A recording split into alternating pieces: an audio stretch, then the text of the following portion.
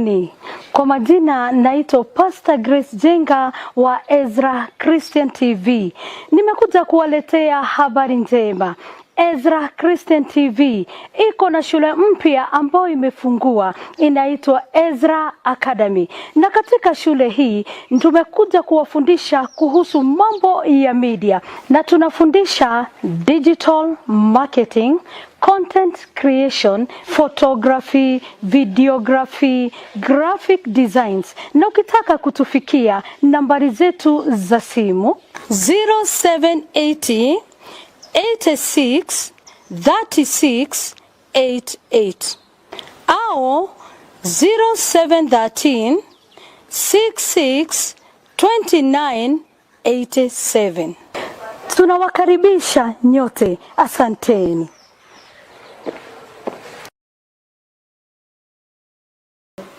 Hamjamboni, kwa majina naitwa Pastor Grace Jenga wa Ezra.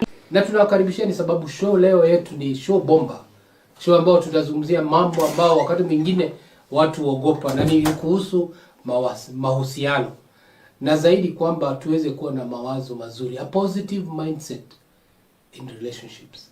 Na juzi ninapopita mitaani, ama wakati tulikuwa tunakuwa sisi tukiwa vijana, tulikuwa tunaambiwa kwamba hata wakati kama mimi kwa mfano, kabla sijaoa, wazazi na mawajomba walikuwa wananiambia, mbona hujatuletea jiko? Sasa ilikuwa ni kwamba mke ni jiko. Lakini haya ndio mawazo ambao wakati mwingine wanapoingia nayo kwa ndoa yanakuwa ni changamoto. Wakati changamoto zinakujia, wewe unasahau hii ni jiko na unatumia mambo yote ukitumia fikra za jiko. Lakini leo napenda kushukuru Mungu kwamba tuna mshauri nasaha hapa Eliud, ambaye tutaweza kuongea kwa kina na mapana. Tuweze kuelewa kwamba wakati unapoingia katika ndoa lazima ushabikie kuwa na mawazo mazuri. Na usipokuwa na mawazo mazuri, basi changamoto zitakuwa ni chungu zima. Kwa hivyo karibuni sana wapendo, na wale ambao ni wageni uweze kulike show yetu. Na zaidi pia usikue mtu ambaye si mkarimu. Kuwa mkarimu kwa kutupia hata na wengine. Ndio vile ambavyo tunawafundisha, basi nawazungumzia. Na nilete kielele yangu ni kwamba leo ilikuwa ni siku ya Mother Tongue Day, ama kama vile UN wanaita Mother's Language Day. Tuweze kujua kwamba ni vyema pia hata lugha zetu za kiasili tuweze kuzishabikia. Tayari UN imezitambua, kwa hivyo hata na sisi pia ni vyema tuweze kuzitambua. Karibu mwalimu. Asante sana Bazuu. Na sasa ndio umesema leo ni Mother Tongue Day. Nasikia nisalimia watu na Mother Tongue. Nao kwa wale ambao yes. Sasa shida ni wenye ambao wanaelewa. So basi tutawatafsiria tu. Yes. Hatuna budi. Yes, but for the sake of those wenye wanatusikiza na hawaelewi lugha ya Ki-Chinese, so wacha tusiongee leo. Sawa. Sasa mimi niko salama kabisa. And na furaha kwamba leo pia tumepata wakati mwingine wakuja kuwa na mawasiliano ambayo yanawatusaidia mawazo mazuri katika mahusiano yetu. Yes, and the good thing is that now we are throwing on the mindset topics, because for the last 2 shows tumefanya imekuwa ya mindset. Tulizungumzia kuhusu wazazi na watoto wao. Yes, last watu walipenda show hiyo sana. Yes. Mitaani nilipokuwa nikipita walisema hiyo show mlifanya vizuri sana. Na tunapenda kuwashukuru watazamaji kwa hizo kongole na hongera ambazo mlitukabidhi. Tunashukuru Mungu kwamba yale ambayo tunayafundisha hapa yanakuwa ni msaada. Hata leo na wingi wa matumaini kwamba mahusiano yale na hasa au kwanza tuwapatie belated Valentine's Day kwa wale ambao hawakupata. Wenye hawakupata poleni, wenye mliletoa kitu, I hope maua imekauka. Ni wiki mzima. Ndio wale wenye hawakuletoa wasisikie vibaya. So maua ishakauka, but at least there is memories ziko. But yes, so but we should not take some of these things so seriously, so that watu wasikuwe depressed. So you started the show kusema kwamba kitambo watu walikuwa sana wanaambiwa kuhusu jiko. Ndio hiyo. But sisi wakati wetu ndio tuoe. Nilikuwa jiko. Ulikuwa unaulizwa, hujatuletea jiko. Yes, but now kitu moja wakati tunatafuta jiko huambiwi ilikuwa lazima ukuje na makaa. Ndio hiyo sasa hawako wanafafanua. Yes, otherwise kama hiyo jiko it has to keep you warm. Remember there's your contribution. Lazima usifikirie tu utatafuta jiko ukuje ulete hapo. Makaa uzima pia. No, yes, makaa itaisha, so lazima umake sure pia wewe supply ya makaa iko bomba. Sawa kabisa. You're not going to run out of charcoal. Naam. Yes. Na hiyo ndio mambo ambayo leo tunazungumzia. Na mshauri na saa Eliud, na tunaelewa kwamba na hayo pia ndio yalifanyika wakati wa zama zetu, lakini pia hata wakati huu kuna hizo fikra ambazo wakati mwingine ni potovu ambazo zinatufanya tuingie katika ndoa. Kwa mtasari naweza uliza, why did you get into marriage? Why did you marry? Usisikia vijana wengine alikuwa amekosa mtu wa kufua nguo, hasa leo mtu akumfulia nguo. Sasa hii wakina mama kina dada wengine akisikia ati anaolewa kuvua nguo, atashinda huu kijana. Shida yake gani? Si anunue, si alete mama fua. Mama fua afue na aende nyumbani. Huyo uhitaji kumnunulia sapa hapo wako. So wewe unampatia zake, anatoka anaenda. Hakuna emotional attachment. So that question is very fundamental when we are talking about mindset in relationships. Because the key thing, and that's the most important question that everybody anafaa jiulize. If you can ask that question, why did I get married? Kama unaweza uliza hiyo swali several months or several years before then, you can get a better result. Because kama instead of asking yourself, why did I get married? You can ask yourself, why should I get married? So before you get married, you ask yourself that question, like, why should I? What am I going to, what am I expecting in the marriage? What is this marriage supposed to serve? What purpose is it supposed to serve in my life? So that as you get into it, you are not getting in with unrealistic expectations, which are going, which are going to add up to 100 frustrations and disappointments and suffering. So that question is very important, because if you don't have the answer for the question, there's no need for you to get into the marriage. Basi wewe unafaa utulie. Yes, very relax. Ndio kwanza uweze kuelewa hiyo swali. And it's not just the response, but the right response. Because number one, and I want us to start there. There are certain mindsets that most people are getting into marriage with and into relationships with, and they are getting messed up. I've heard, number one, I've heard so many people say, and especially not really marriage but relationships, all I'm looking for is that my present spouse is going to be better than my ex. That's the mindset that you're getting into a relationship with, that I want my present lover or spouse to be better than the person I was with in the previous relationship. That's simply like saying, if you can give a better example, it's just like ukule maembe, and then uende utafute onion, and then you are like, I want this onion to taste better than the mango I just ate. Na tena pia mshauri na saa nikikuzuia kidogo, pia unaweza kuwa wewe ndio changamoto. Of course. You are the toxic one. Unaenda kutafuta mwingine asiwe kama ule, na kumbe wewe ndiye shida. Wewe ndio shida. Na haujatatua. Yes, na mwenyewe hujagundua. Yes, you've not took some time to sit down and ask yourself honestly, ujiulize, what exactly happened in that relationship?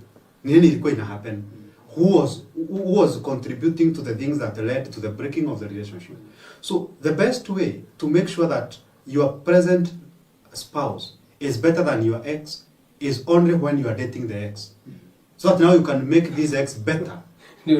Because you cannot expect me to be better than the person you were dating before, and I'm not the person you were dating before. So when you are getting into a relationship, don't get in with that mindset that I want this person to be better than the person I was dating before. The first frustration is coming through. The second thing, when you are getting into a relationship, don't get into a relationship with the mindset of the person I am meeting is supposed to make me happy. That I'm getting into a relationship for the sake of happiness. And that is the same response that most people will give when you ask them the question, why should you get married? They'll give the response that I want to be happy. I want a marriage that is going to make me happy. Because people don't understand what marriage is. Because marriage does not exist until two people come together, unite, and make it a marriage. So these two people who are coming into the marriage are the ones who are going to determine what the marriage is going to give them, what they are going to draw from the marriage. And it is 100% dependent on what they are going to bring into the marriage. So if you are expecting a relationship or a marriage to make you happy, you failed. And you are going to be 100% disappointed. Because personally, I am not responsible for anyone's happiness. No matter who that person is. I'm not responsible for my wife's happiness. I'm not responsible for my friend's happiness. I'm not responsible for my parents' happiness, my kids' happiness. I'm only responsible for my own happiness. Because the moment you attach your happiness into the relationship or to other person, one thing you need to understand is that nobody, and I mean nobody, will be there for the rest of your life. Nobody. You are the only person who will be there for you for the rest of your life. So if you can be able to draw happiness from you, then you are sure that you are forever going to be happy because you are forever going to be with you. So the mindset of I'm getting into a relationship that they can make me happy, a disaster. That's a no. Number 3, there are people who are getting into a relationship with the mindset of that there's something that I'm expecting, not just happiness, that these are the bare minimum. You know, I've heard so many people say that I have this bare minimum of what my spouse should give me. I have a list, yes, I have a list of these things that I expect my husband to do for me. I expect my husband to provide security, to provide finances, to validate me, to tell me how amazing I am, to support me, blah, blah, blah, and all that thing, all those other things. But here is the fact. There's nothing like somebody must. My husband must give me this. My wife must give me. There's nothing like that. And that is now what is destroying the relationship. So if you get into a relationship, having a fixed mindset of what you should get from the relationship, that relationship 100% is going to fail. Because you're not getting into the relationship to enjoy what the relationship has in store for you. You are getting into the relationship already prepared what the relationship should give you. Asante sana mshauri nasaha. Ningependa tu kuarifu mtazamaji kwamba tunazungumzia mambo ambao ni ya kina na ni mambo ambao tunaileta paruanja. Na kisa na maana ni kwamba tumepata matukio juzi ambao mama ama tuseme msichana ama mwanamke ambaye alijitia kitanzi na akatia watoto wake wote watatu kitanzi. Na kumekuwa na maswali mengi watu wanajiuliza, alikosa tu mtu ambaye angeweza kumshauri, alikosa tu mtu ambaye angeongea na yeye kiasi ya kwamba amefika kuweza kutenda hatua kama hizo. Na inaonekana kwamba yeye mwenyewe alikosa tumaini. Na ni vile tu ambavyo umesema. Ukiingia katika ndoa na matarajio fulani, na hayo matarajio ukose kuyapata, basi ni hatari sana. Sababu kuna uwezekano hata ujitoe uhai. Sababu hiyo hali, na umezungumzia vizuri sana. Na ningependa mtazamaji aweze kuandika comments zake pale, alafu tutaweza kuzijibu kwa wakati. Lakini tuelewe kwamba ni vibaya sana kuingia katika mahusiano ukiwa na mawazo mapotofu. Sababu unapoingia upate mtu ni kinyume cha vile uliwe mwenyewe ulitarajia, basi hiyo mahusiano itakuwa ni changamoto tupu. Itakuwa ni just pain and suffering and disappointments. Because Bazoo, here is the reality. If you get into something without any expectations, anything that happens, you're okay with it. You see? If you get into a relationship without expecting that this relationship must serve me in this or that other way, whatever that is going to happen in that relationship will be okay with you, because first of all, you never expected anything. Or if there was any expectation, you did not stick to it such that ukaishikilia, this must be. So when you are getting, when you are getting into a relationship, behave as if unaingia kindergarten. You know nothing. You don't know what is going to happen.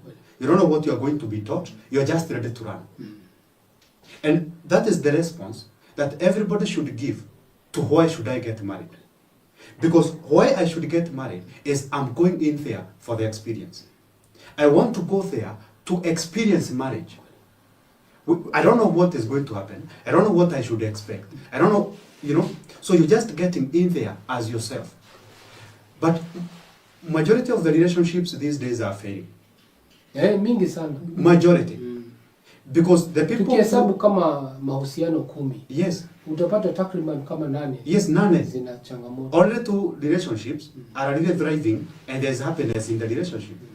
Because most of the people, they are getting into the relationships with nothing. You have no validation. You don't value yourself. You don't see yourself as worthy. So you are getting into the relationship to seek validation.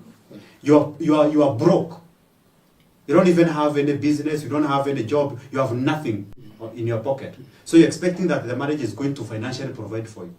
You are getting into the relationship. You are feeling like you want to, you have depression. You have regrets. You have so many things that you're carrying on your shoulders. And then you are taking that into the relationship. Now, what you are taking into the relationship is most likely what is going to destroy the relationship than what you are going to find in the relationship. Chenye unapeleka. Hicho kitaharibu that relationship. So, before you get into the relationship, you want to make sure that first of all, you've nurtured yourself. You see, you've nurtured yourself to a point that you're not getting into a relationship as a, because I have heard this statement so much. This is my better half. This is my better half. So I'm getting into a relationship so that this person can complete me. So this is a half person getting into a relationship to meet another half so that both of them can complete each other. That's a disaster. Because when you are getting into a relationship, you should get into a relationship as a whole person, a whole being, a complete person. That I'm getting into this relationship not because I want something from the relationship, but because I want to deposit something into the relationship. I'm not getting in to get, I'm getting in to give. That means that I'm 100% happy and I want to share the happiness with the person I'm meeting. Asante mshauri na sawa. I am 100% complete. And I want to meet someone else who is also complete. So that in our completeness we can enjoy and now share what we have. But there's one person who is coming in 100% complete, another one is coming 0. So huyu mwenye ameingia akiwa 100 inabidi agawe kila kitu yenye yako na anaambia huyu mwingine. Hapo ndio changamoto. And then anakuwa drain. Umenikumbusha jambo fulani na ningependa kuzungumza hasa mahusiano ya hapo hapo. Wacha hii ya juzi.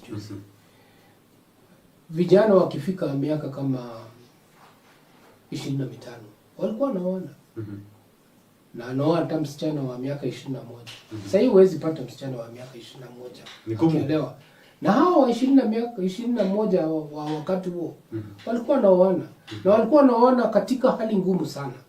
Mtazamaji, hawa wapendwa, na ukiangalia na hata waulize, sababu wengine ni wazazi wenu, wengine hata ni nyanya zenu, umri wa nyanya zenu. Na ukiwa hata na nyanya na babu ambao wako hai, bo ulize vile walianza ndoa zao. Ndoa zao zilianza katika hali ambayo ni ya chini sana. Hata wengine walioana wako hata na mali wangenunua, hata nyumba walikuwa ni ile nyumba kijana alikuwa amejengewa ni baba yake. Hata wengine kama ni hapa Nairobi walikuwa wananunua sufuria moja. Hiyo sufuria ndio inapika ugali, ndio inapika mboga, na ndio inapika na ndio inakuwa tena sahani. Unaona? Sasa lazima wapange. Ianze na mboga, alafu ndio ikuje ikue ugali, alafu ndio ikue sahani. Na ukiwaangalia sasa wakati huu tunaongea na wewe, utapata huyo mzee anapeleka V8. Sasa hiyo ndio mambo, hiyo ndio hali ambayo tunafaa turejelee, tuweze kuelewa. Na ndio mshauri na saa amesema vizuri kwamba hakuingia akiwa nusu. Ule kijana aliingia akiwa ni kijana kamili. Na ule msichana aliingia akiwa msichana kamili. Na alielewa kwamba majukumu yangu kama msichana ni haya. na majukumu yangu kama kijana ni haya. Lakini nadhani hapo ndio vijana kidogo ama wasichana hawajaelewa. Ndio sababu wanaingia nusu, na ndio ulikuwa unazungumzia kuhusu better half. Na najua wengine watatupiga sababu ya kusema better half, lakini nituelewe kwamba unaingia pale ukiwa umejaa a complete person. So I think from that perspective, most marriages are failing, as we have said, because these guys have no idea why they are getting married. You see?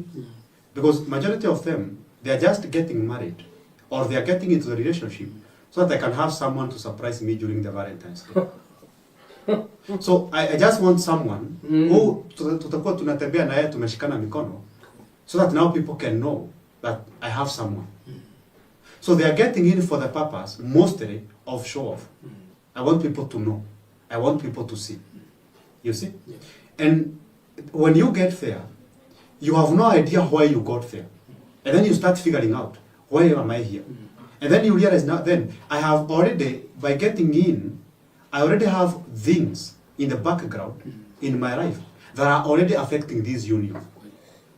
Because I never came in prepared. So, when you're getting into the relationship and then with the mindset of, this guy must do this, no, you should get in that whatever this person is bringing, I'm going to make a better use of it. And I will appreciate, I'll be grateful for what the other person has. I'm not saying that I'll be grateful if the other person comes with a V8. I'll be grateful if the other person already on financial stability. I'll appreciate if the other person comes and it's tall, dark, handsome, and whatever other things. Really? Because majority they are saying, I want to appreciate if this is there. Yeah. But before, when you guys were getting into relationships, it was, I'll appreciate whatever that the other person brings. If the other person is just going to bring royalty, nothing else, just royalty, that's what I will be grateful for. I'll bring in respect. The other person brings in royalty. If the other person is already going to bring in just a single sufuria, na mimi ni manage kutoroka na kijiko kwetu, that's all we need.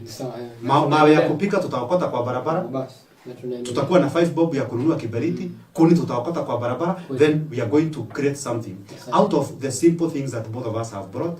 But these simple things are the most important things.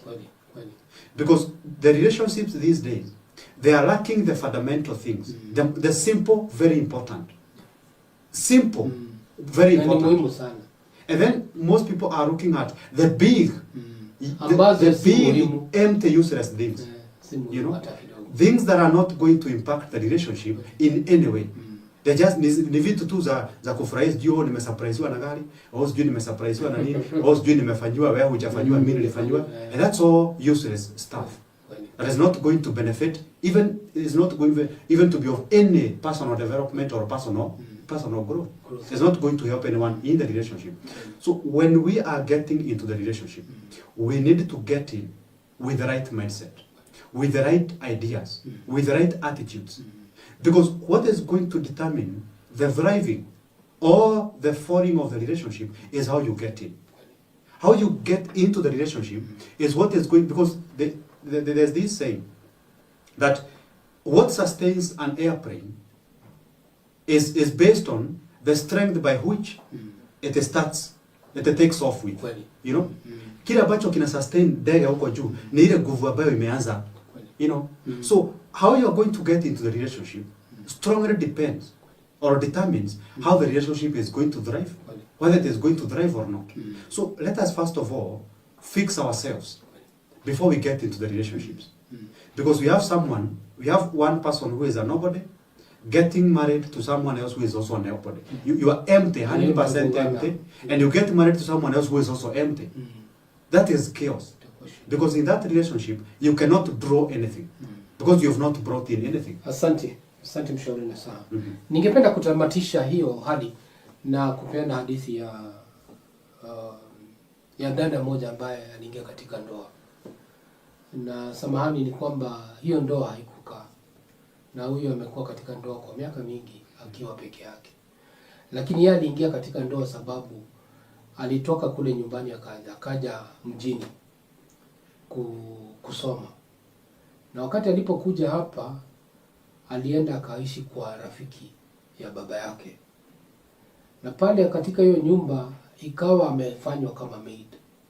Sasa hiyo kazi ilimkasirisha sana. Sasa akaona njia ya kutoroka huku ataenda kuolewa. Sasa unaona huyo tayari ameingia na mawazo ambayo hakuwa tayari kuingia kwa ndoa.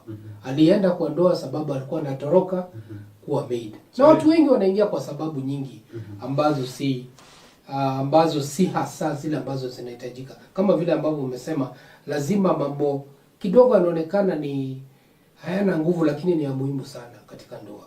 Na ndio sasa nataka tuone kwa awamu hiyo nyingine. Ndio tuliingia kama huyo aliingia sababu alitoroka. Hakutaka kuwa maid na ameingia kwa ndoa.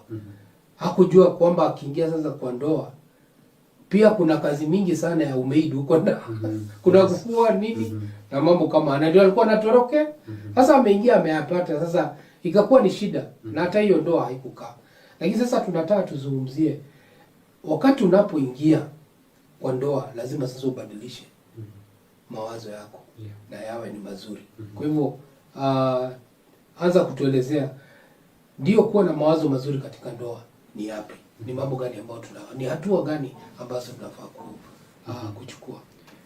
I want to start that conversation by saying that the thing that keeps a relationship is, first of all, appreciating the other person just as they are. Love the other person as they are. Not as you wish them to be, as you want them to be, but as they are. And now that brings in the aspect of gratitude. That I appreciate you just the way you've come in. I don't appreciate you because you're willing that I change you to the person I want you to be. I'm not appreciating that you've come in and you are ready to change and become my version of you. You are appreciating this person just as they are. Love me as I am. Love me, not the version of you that you wish I can be. No. Vile tu nilivyo. Vile nimefika, nipende nilivyo. Now, when a relationship is based on that, that is the foundation, then ya mahusiano mazuri. Yes, then the question of why did my husband change? The guy I married is not the guy he is. Because I've heard so much about that. Amechanged sana. Amebadilika. And mostly women, also common with men. But when a man comes to me and then he is like, my wife has changed a lot, and I'm like, why have you not? Yes, my husband has changed a lot. Why have you not? Because this is the problem, Bazuu. The idea of I have a relationship with you is not really true. Because what I am in a relationship with is the image I have about you, but not really you. And now that is the problem that most people are bringing in the relationship. We meet when I am a single guy, I'm 20, or let's say I'm 25 years old. I'm still struggling with identity. I don't have responsibilities. Tunaishi kwa one bedroom. I'm a single room. Let's start with the single room. Yeah. I don't have responsibilities. And then 5 years down the line, we have 2 kids, or we have 1 child. Maisha inaendelea tu. Now I have to have 2 jobs, or a better paying jobs. Ndio lazima au washughulikie. Watoto wanafaa kukula. Now rent hatuwezi ishi kwa ile single room tulikuwa tunaishi. Now lazima tukae kwa 2 bedroom ama 1 bedroom juu ya watoto. And you still want me to be the same person I was 5 years ago. So when people tell me that my husband has changed, I'm always like, why have you not? He should change. You should change. Because 5 years down the line, the person who your husband is today is not the guy you met. There's someone else. The person you were when you met him is not the same person you are 5 years down the line. So when people are falling in love, when people are getting into relationships, you have to have this idea in mind, or have this reality in your mind, that I'm loving who you are today and the person you will become tomorrow. Because if you are not ready to love the person I am today, and the person I will become tomorrow you have a problem. Because tomorrow you'll be loving the person I was yesterday. So you'll always be holding on to the image. Yes, to the image of the person I was when we were dating. But I'm not the same person. I'm someone else. Now I'm a husband. Now I am a father. So there are other responsibilities.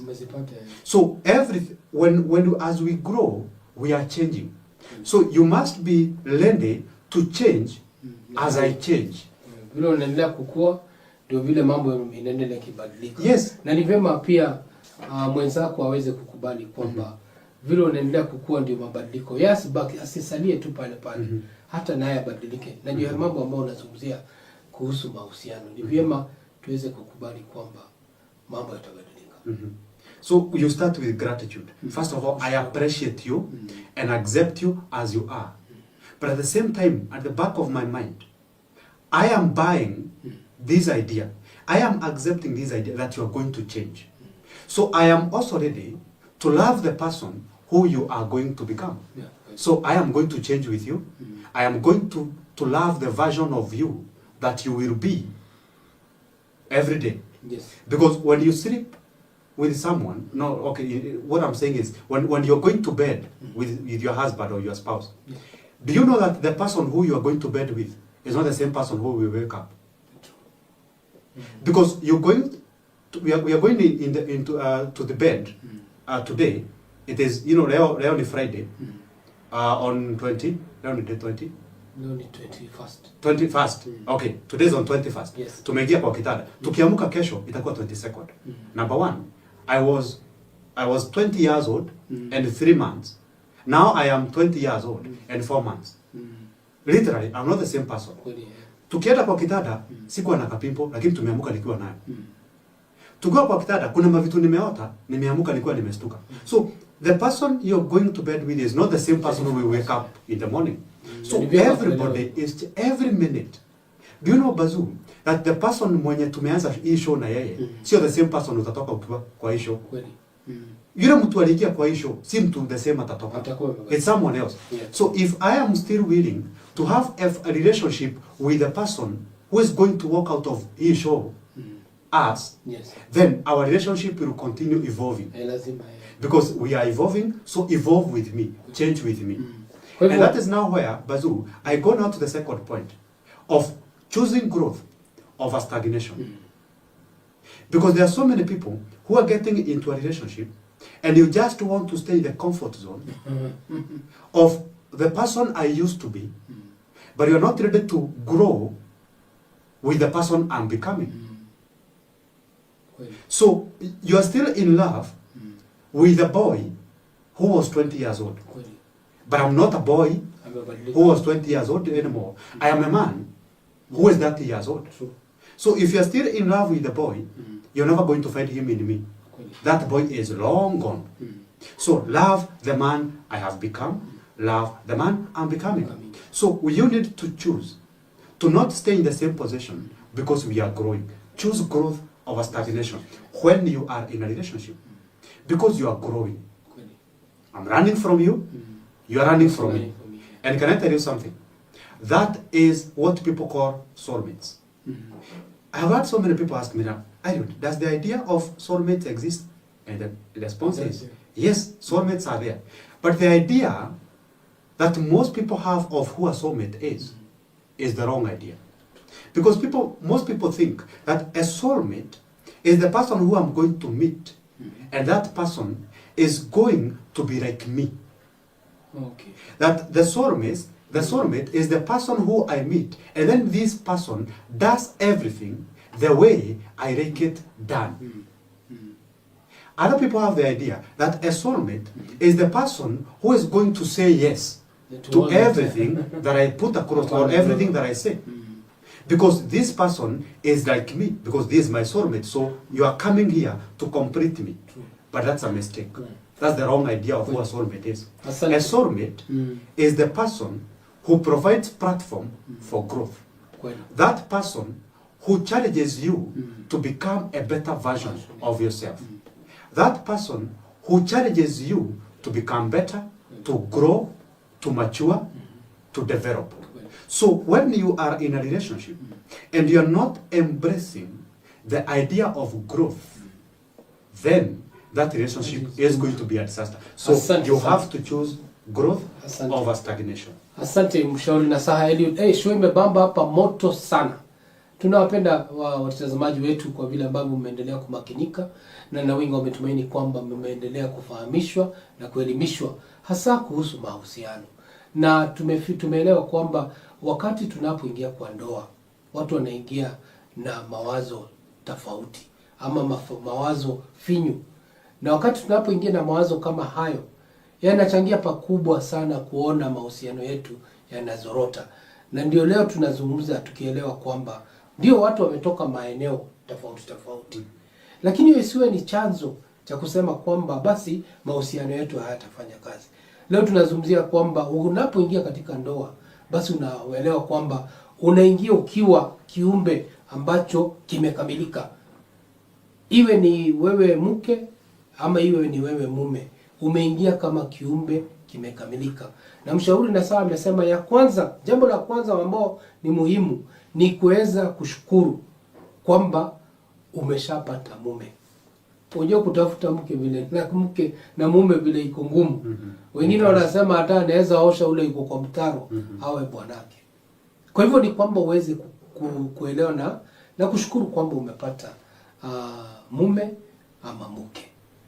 Na jambo la pili ni kuelewa kwamba lazima uelewe kwamba ni growth over stagnation. Uelewa kwamba lazima mkue, na kukua ni kuweza kuelewa mambo mengine na kukubali mengine ndio muweze kukua. Ila msikae tu pale. Na pale mnakaa pale ni kuingia na zile fikra ambazo zilikuwa na matarajio aina fulani. Lazima sasa hiyo matarajio ubadilishe, na ndio muanze kukua mkiwa watu wawili pamoja. Wewe ambaye ni mgeni, naomba kwamba uweze kufinya hiyo like button, na pia ufinye subscription, na pia ufinye hiyo notification bell. Ndio wakati tunapoleta show kama hizi mzuri bomba na ambazo zina maelimu na mafunzo kem mazuri, usije kuwa ni wa kuambiwa lakini unapata mara moja. Kwa hivyo nataka kurejelea kwa mwalimu Nasaha aweze kutuelezea mambo mengine mawili ya kuweza kuona kwamba tumeingia katika mahusiano na mawazo mazuri. Na tunapofanya hivyo, basi ndoa inakuwa ni jambo la kufurahisha, inakuwa ni jambo la kushabikia. Na ndio hata wanasema watu ambao wamekuwa soulmates bado wamekaa miaka mingi wao wanafanana. Hiyo tutazungumza kwa wakati mwingine, lakini ukweli wa mambo ndio huo. Wakati ndoa zimeuiana, wakati ndoa zimejaa upendo, basi mnakuwa kitu kimoja, hata mnafanana. Huwezi elewa ni nani alikuwa mume na nani alikuwa mke. Karibu tuendelee. Yeah, that's true by the way. And even without talking about it, just mentioning about the reason why unapata kwamba wakati mko na mahusiano na mtu, and then there's that mutual love, there's that mutual understanding, you become one, you know. That's when we say these are two complete beings. It's only in marriage where a whole one and a whole one adds up to another whole one. Hayo ni mahesabu ya kiungu. Yes, you become one. Yes, you become one. And when you become one emotionally and even psychologically, now that from inside it starts changing even from the outside. So even genetically, mnaanza kukaa ni kama mnaenda kufanana. But in reality sisi mnafanana also. But there's that pureness of love in you that everybody can see. So the pureness of love that you are releasing is the same pureness of love that the other person is releasing. Now when these two zinafanana, what we see now ni kama mnafanana. Now I want to go to that key kind of a mindset that you need to have when you are in a relationship. And this relates to conflict. That when there are conflicts in a relationship, you have to choose understanding over conflict. We are not saying that you have to choose understanding and ignore conflict. No. Because in a relationship, understanding, which is comprehension, is more important than communication. Because if there is communication without understanding, wasted time. Yeah, hamna chochote. The key is to understand, not really to communicate, because you can understand even without communication. There's what we call non-verbal communication. You're not talking. It's just like the way you can ask me a question and then I stay quiet. I don't say nothing. Jibu lako ni nini? Ni kama kitambo wakati tulikuwa wadogo. Kama venye tulisema last time. Kuna jicho fulani ulikuwa unarushiwa na mzazi, hajaongea, lakini kuna jicho tu. Tayari ashafanya mawasiliano. Mzazi asha communicate, ushaelewa, and you've done the necessary. So understanding in a relationship is far more important than communication. Conflicts in a relationship are not only mandatory, but necessary as well. Because conflict provides a room and a platform for growth. Because when we are in conflict, then it means that there's something that we are not coming into agreement with. Then that means that either both of us or one of us is holding on to a belief or a mindset that is not working for both of us. So there's a lot that you can learn about yourself from a conflict. And if you can embrace conflict, not, you embrace it. This is a conflict, fine. Conflict, come in. What is the message that you are trying to communicate to me? Because a conflict is a messenger. True. Every conflict that arises in a relationship, that conflict is telling both of you that there's something in this relationship that imepotoka. Yes, there's something that is not right in this relationship. And so the conflict is not coming in so that both of you can prove to each other how good you are, how innocent you are. No, this conflict is arising so that it can communicate something to you and tell you, there's something that you need to check on. There's something that you need to look at. So this conflict is not an enemy. It's a friend. Yeah. Conflict in a relationship is a friend. And you should embrace it. Just welcome it. Just come in.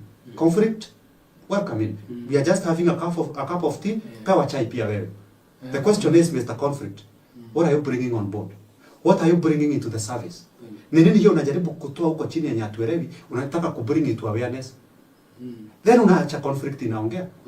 You watch the conflict, you listen to the conflict, and from listening to the conflict, you're going to understand that there is something dysfunctional in the relationship. So the conflict is going to strengthen the relationship. The conflict is going to strengthen the bond. So you need to let the conflict in. Don't see conflict as an enemy. See it as a friend. And then from conflict, let growth happen.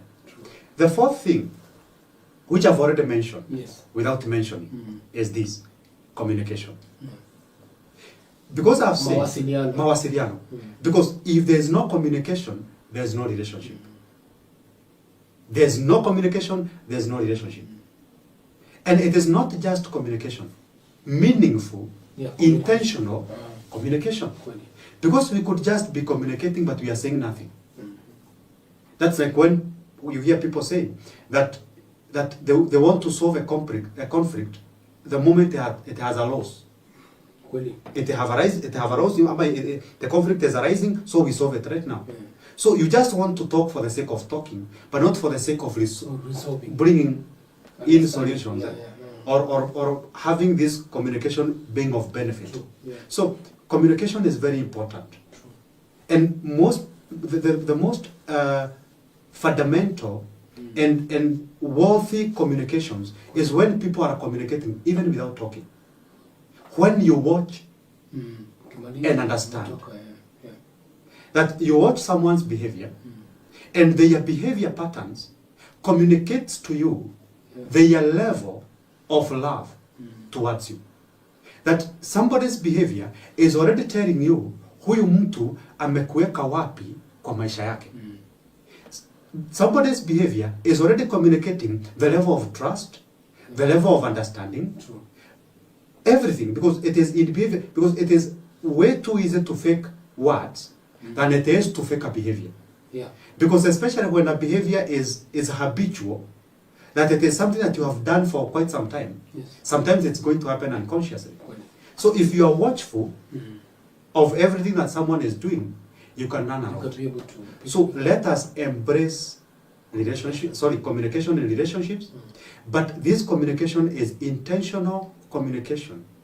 Not communication for the sake of communication, but communication for the sake of growth. Because first of all, we have embraced growth over stagnation, and at the same time, we are approaching conflict from a friendly point of view, that this conflict is coming in to help us grow, to strengthen our relationships. Because everything that comes to you, Bazuu, is neutral. It can either serve you positively or negatively. So if you take conflict and you take it as a negative thing, it affects your relationship negatively. If you take conflict as a positive thing, then it affects your relationship positively. So when conflict comes in, welcome it, and then listen to the conflict, learn from the conflict, and your relationship is going to continue. Thank you so much, Mwalimu. Thank you so much, wapendwa watazamaji wetu. Mwalimu amezungumza leo kwa kina, na ni mambo mengi ambayo ameweza kutusomea na kusema, na amemalizia na kusema mambo mawili. Ya kwanza ni mawasiliano. Lazima nyinyi ambao ni maharusi ama watu ambao wakati wapo katika mahusiano ndio uweze kuwa na mawazo mazuri ambao ni positive mindset. Jambo lile ambalo tunafaa kushabikia, moja ni mawasiliano. Na hapo kidogo wanaume wanapata changamoto. Wakati nilipokuwa nikifanya utafiti, nilielewa kwamba wanaume kila uchao wanapewa maneno 5,000. Na mama kila uchao anapewa maneno 10,000. Kuna sababu mbona mama amepewa maneno kama hayo. Na kisababu ni kwamba vile analea watoto wanahitaji pia kuongea maneno mengi. Lakini sasa inafika kuwa changamoto wakati mwanaume nitumie jina la mtaani, alipompokeza huyu dada mistari na akaingia box. Hiyo kazi yake iliishia hapo. Sasa hata kija jioni akiulizwa kazi ilikuwa namna gani mzuri. Ulikutana na baba Mwangi? Na baba Onyango? Ndio. Sababu ile maneno yake kidogo imepungua na hana maneno mengi. Kwa hivyo ni vile tu umesema kwamba ni vyema tuweze kuelewa, na hasa wakina mama waelewe kwamba wanaume si watu ambao wameumbwa wa kuongea sana.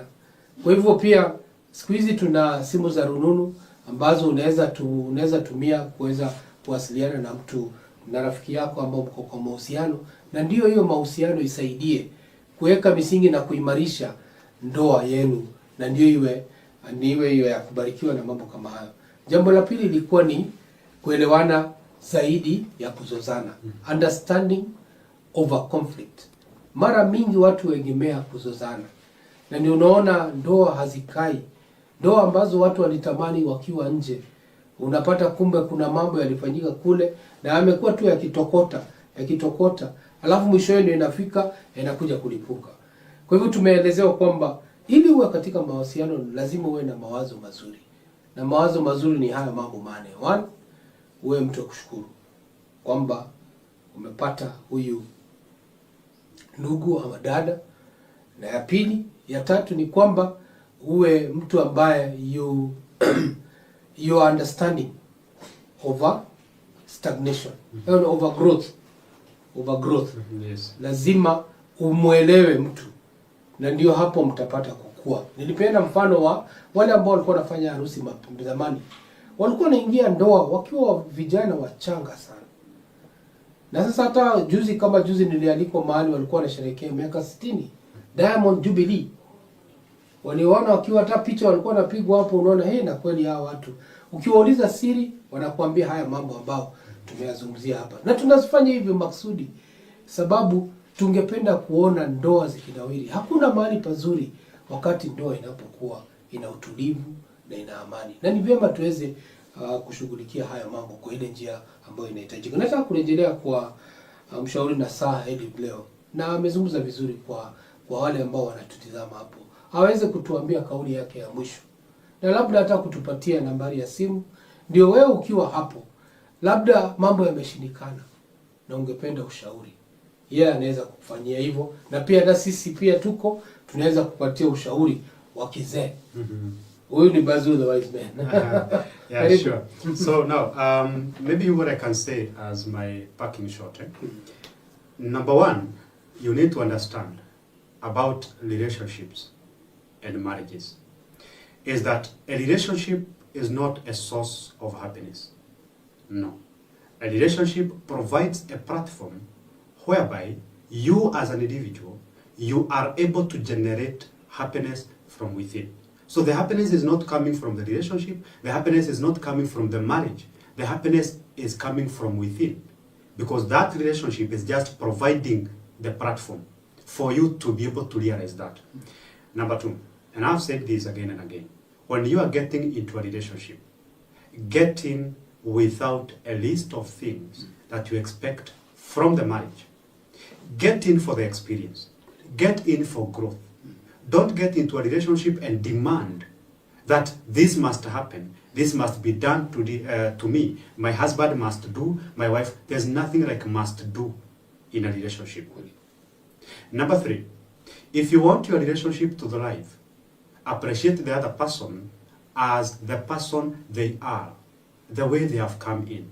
Not as the person you want them to be, not the person you wish them to be, but as the person they are. When it comes to conflict in a relationship, embrace conflict. Conflict provides a room for growth. Conflict is a messenger. Conflicts are telling you that there are unresolved issues in the relationship. So it is just bringing things on the surface for your awareness so that you can solve them. So conflicts are not the enemy. And lastly, seek to grow and not to stagnate in the same place in a relationship. The relationship is changing. The guy who alikuigiza box is not the guy you are with after 5 years. It's a totally different person. So when you are committing to love someone, at the same time, commit to love the present person and the person that person is going to become with time. I choose to love you as you are today and as you will be tomorrow. Because people are changing, everything is changing. The reason why sometimes you find a relationship where one person is happy and the other one is not is, as I have told you, because the relationship is not giving the happiness. The relationship is providing the platform, and one of the partner is able to generate happiness from within and the other one is not. Heal before you get into the relationship so that you don't go to breed in the relationship. Have the right mindset and you enjoy marriage. You enjoy a relationship. If you'd like to have a one-on-one sessions with me, if you'd like a family therapy, a group therapy, a couples therapy, you'd like to invite me to a gathering of any kind, an event, a group, an institution, schools, churches, and all that, I do all manner of trainings, mindset, leadership, everything. So you can contact me through 0713 550 493. 0713 550 493. Life is good, life is sweet, everything in life is amazing, but you have to see it as so. If you just believe that marriages are scams, that marriages cannot make you happy, that marriages are this or that, that's exactly what you are going to get into the marriage. But if you believe that the relationship is going to give you exactly what you want, then it will. But stay positive, stay neutral. Asante mshauri nasaha. Nashukuru sana kwa vile ambavyo umeweza kupata nafasi ya kuja katika studio za Ezra Christian TV na tumeweza kuzungumza kwa kina na mapana kuhusu mawazo mazuri, positive mindset katika mahusiano yetu. Wewe mtazamaji ambao uko hapo, ningeomba uweze kuandika comment yako hapo na tutaweza kuijibu kwa vile ambavyo ndeta. Na pia nashukuru mshauri nasaha ametupatia nambari zake za simu, tunaweza kumfikia. Kwa hivyo letu hatuna la ziada. Tunashukuru kwamba ulipata nafasi ya kuwa pamoja nasi. Napenda kushukuru hao wote ambao walisalia tangia tulipoanza hadi wakati huu. Mwenyezi Mungu awabariki na kuwatenda mema. Pia tungependa nikifikia mwisho, napenda kushukuru producer wangu Kim Proper ambaye ameshikilia mitambo kule kwa uzuri, mwelekezi wangu, director wangu ambaye ni Han, na pia mama yetu Mama Pastor Naomi kwa kutuweza kupatia nafasi ya kuweza kupeperusha show hizi kali kama Chumba cha Mawaidha. Hadi wakati mwingine, namalizia kwa msemo na kusema mgaagaa na mpwa ula wali.